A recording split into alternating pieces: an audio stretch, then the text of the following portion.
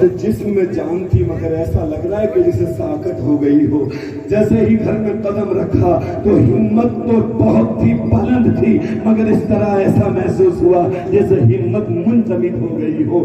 حالت یہ ہے کہ حضرت قاسم، حضرت عباس، حضرت علی اکبر، حضرت علی اصغر کا جھولا بیچ میں رکھا ہے اور تمام شہربانوں، ام لیلہ، ام رباب، اہل بیت اطہار کی تمام تر بیویاں تیار کھڑی ہیں. سب تیاری میں ہیں لیکن سب رو رہی ہیں، سب کے آنسو روا ہیں. ایک بیمار ہے سغرا جس کا نام ہے، وہ زینب کے بازو پر قدم پکڑے ہے، دامن پکڑے ہے اور بار بار کہتی ہے اے میری پھوپھی جان. میں نے بھائی عباس سے، چچا عباس سے بھی پوچھا، بھائی قاسم سے بھی پوچھا، بھائی اکبر سے بھی پوچھا، معصوم اصغر سے بھی گفتگو کی، ام رباب سے بھی پوچھا، ماں شہربانوں سے بھی پوچھا لیکن کوئی جواب نہیں دیتا. میں نے کہا عباس تم کہاں جا رہے ہو؟ مجھے بھی ساتھ لے لو. لیکن انہوں نے لب نہیں کھولا. میں نے کہا علی اکبر تم کہاں جا رہے ہو؟ مجھے بھی ساتھ لے لو. مگر انہوں نے بھی لب نہیں کھولا. میں نے کہا میرے بھائی علی اکبر تم مجھے بتا دو. جب کوئی نہ بتایا تو میں نے کہا علی اصغر اپنے چھوٹے سے منہ کو کھول کے بتا کہ تیری بہن اور یہ سب جانا رہے ہیں. لیکن شہربانوں مجھے بتاتی نہیں. ام رباب، ام لیلہ مجھے بتاتی نہیں. اے پھوپھی جان تم تو ہماری شفیع پھوپھی ہو، تم تو ہماری اچھی پھوپھی ہو. اگر تم کہہ دو گی تو بابا راضی ہو جائیں گے. جہاں تم جا رہی ہو میں بھی جانا چاہتی ہوں. جہاں تم جا رہی ہو میرا بھی دل چاہتا ہے وہاں جاؤں. جہاں تم جا رہی ہو میری بھی تمنا یہی ہے کہ میں تنہا نہ رہوں، اپنے بھائی کے ساتھ رہوں، اپنے بابا کے ساتھ رہوں، اپنی ماں کے ساتھ رہوں. اے میری پھوپھی مجھے بھی اجازت دلا دو کہ جب تم چلے جاؤ گے تو میرا ساتھ اپنی بیٹی کو مچلتے دیکھا، آگے بڑھے، اپنے سر پہ ہاتھ رکھ دیا اور کہا بیٹی ان معصومانہ اداؤں سے ہمارے دلوں کو زخمی نہ کرو. اے میری بیٹی ہمت سے کام لو، حوصلے سے کام لو. بیٹی ہم رک نہیں سکتے، تم بیمار ہو تمہیں ساتھ لے جا بھی نہیں سکتے. میرے پیارو غور تو کرو، یہ کرب و بلا کی تاریخ ہے. آج خالی سینہ پیٹ لینا اور ہو کر دینا یہ حسینیت نہیں ہے. اگر دل کی گہرائی سے دیکھو کہ حسینیت کیا ہے تو تمہارے کلیجے منہ کو رہ جائیں گے.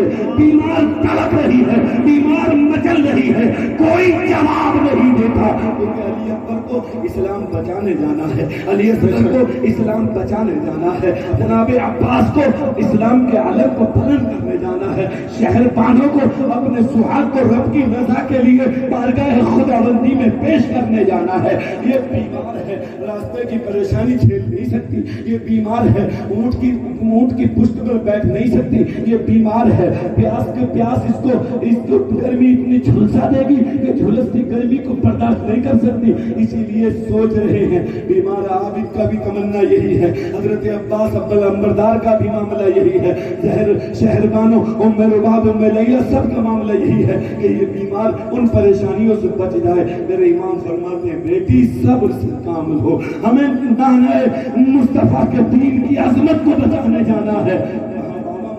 ساتھ لے لو. کہا بیٹی تجھے ساتھ نہیں لے سکتا اس لیے کہ تو بیمار ہے، راستے کی پریشانی کو برداشت نہیں کر سکتا. جب اتنا کہا میرے امام نے تو سغرا بے ہوش ہو گئی، ہوش نہیں رہا، حواس ختم ہو گئے، سانس آنا بند ہو گئی.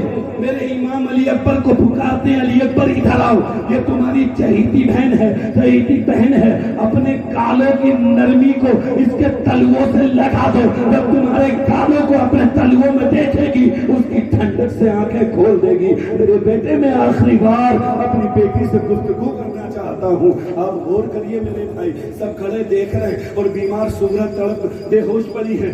جس کی بیٹی باپ کی نظروں کے سامنے بے ہوش ہو گئی ہو، بیماری کے عالم میں ہو گئی ہو، اس وقت باپ کے دل کا کیا حال ہوگا. حضرت امام ایک ٹھنڈی آہ بھرتے ہیں، بارگاہ خدا میں ہاتھ اٹھاتے ہیں، عرض کرتے ہیں میرے مولا حسین کو صبر دینے والی ذات تیری ذات ہے، حسین کو حوصلہ دینے والی ذات تیری ذات ہے. میرے مولا بیٹی کی معصومانہ اداؤں کے آگے میری ہمت ٹوٹ نہ جائے، مجھے ہمت عطا فرما دے. آپ غور تو کریے، جناب سغرا ہوش میں آ جاتی ہیں اور پھر میرے امام فرماتے ہیں بیٹی تمہیں یہی رہنا ہے، روز نانا کے روزے پہ جا کے دعا کرنی ہے اور روز نانا کے روزے پہ جا کے سلام پڑھ کے عرض کرنا ہے کہ نانا تمہارا گھر تمہاری عظمت اسلام کے لیے کربلا جا رہا ہے. ہے. اللہ اکبر. میرے امام اسی حال میں نکلے. پورا اہل بیت اطہار کا گھر نکلا. رات کا اندھیرا ہے. مدینہ المنورہ سے نکل رہے ہیں. آپ غور کریے, وہ حجاج کرام سے پوچھئے, وہ تو صرف چند دن کے لیے جاتے ہیں. جب مدینہ چھوڑتے ہیں نا تو روح کانپ جاتی ہے. جب مدینہ چھوڑتے ہیں نا تو دل دہل جاتا ہے. جب مدینہ چھوڑتے ہیں نا تو آنکھوں سے آنسو روا ہو جاتے ہیں. جب مدینہ چھوڑتے ہیں نا تو اپنی دنیا بھول جاتے ہیں, کیونکہ چند دن روزہ رسول کر رہے ہیں, چند دن روزہ رسول کی برکت دیکھ لی ہے. مگر میرا امام تو وہ امام ہے جو پیدا بھی مدینے میں ہوا, بچپن بھی مدینے میں رہا, جوانی بھی مدینے میں رہی, شادی بھی مدینے میں ہوئی, بچے بھی مدینے میں ہوئی. کوئی صبح ایسی نہیں جس میں رسول کے روزے پہ نہ جاتے ہو, کوئی شام ایسی نہیں جس میں نانا کے روزے پہ نہ جاتے ہو. جب ایسے رات دن رہنے والے کا مدینہ چھوٹ رہا ہوگا تو دل پہ کیا گزر رہی ہوگی. مگر اسلام کی عظمت کے لیے میرا امام سب کچھ برداشت کر رہا ہے. سب کو لے کر کے جیسے ہی مدینے کے کنارے پہ پہنچے, ایک گھاٹی ہے جو اس کو گھاٹی ودا کہا جاتا ہے. اس گھاٹی میں جب رسول اللہ کسی کو مدینے سے روانہ کرتے تو وہاں تک چل کے آتے. جب کوئی صحابی یعنی صدیق اکبر روانہ کرتے تو وہاں تک چل کے آتے. فاروق اعظم کوئی لشکر بھیجتے تو وہاں تک چل کے آتے. مگر آج جب مصطفیٰ کا بیٹا مصطفیٰ کا روزہ چھوڑ رہا ہے تو پورا مدینہ چھوڑ رہا ہے. صرف تنو تنہا اہل بیت اطہار بغیر کسی ساتھ کے مصطفیٰ کے روزے کو تنہا. جب تک روزہ نظروں کے سامنے رہا اہل بیت اطہار کے لوگ مڑ مڑ کے روزہ مصطفیٰ کو دیکھتے رہے. اور جب روزہ نظروں سے اوجھل ہو گیا تو سب نے اپنے چہروں کو جھکا لیا. اللہ اکبر. تاریخ نویس لکھتے ہیں کہ جب روزہ نظروں سے اوجھل ہو گیا, نظریں سب نے جھکا لی, ایک دوسرے کا ہوش نہیں رکھتے تھے. سب کو غم یہی تھا کہ نانا کا روزہ چھوٹ گیا, سب کو فکر یہی تھی کہ مصطفیٰ کا روزہ چھوٹ گیا. اور ایسے ہی دھیرے دھیرے مکہ المکرمہ پہنچ گیا میرا امام. مدینے اللہ کے رسول پر ظلم ہوا تو سرکار نے مکہ چھوڑا, مدینہ تشریف لے آئے. اور جب اللہ کے رسول کی اہل بیت پر ظلم ہوا تو رسول اللہ کی اہل بیت نے مدینہ چھوڑا, مکہ تشریف لے آئے. عبد الرحمن عبداللہ ابن زبیر پہلے سے موجود تھے.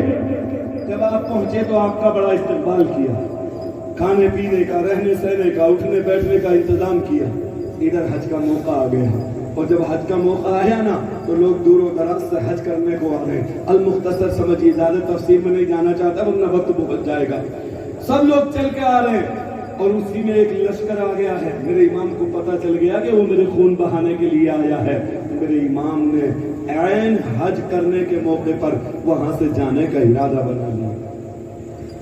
اے امام, حج کرنے لوگ آ رہے ہیں, سفر کر کے لوگ آ رہے ہیں, صعوبتیں جھیل کے لوگ آ رہے ہیں, پریشانیاں جھیل کے لوگ آ رہے ہیں, لیکن آپ حج چھوڑ کے جا رہے ہیں, ایک دن پہلے کی جا رہے ہیں. تو میرے امام کی روح کہے گی, اے نادانو, یہ حج میرا سنت حج ہے اور کربلا کا حج میرا فرض حج ہے, اس لیے یہ حج چھوڑنا ہے, کربلا میں جا کے اسلام کو بچانا.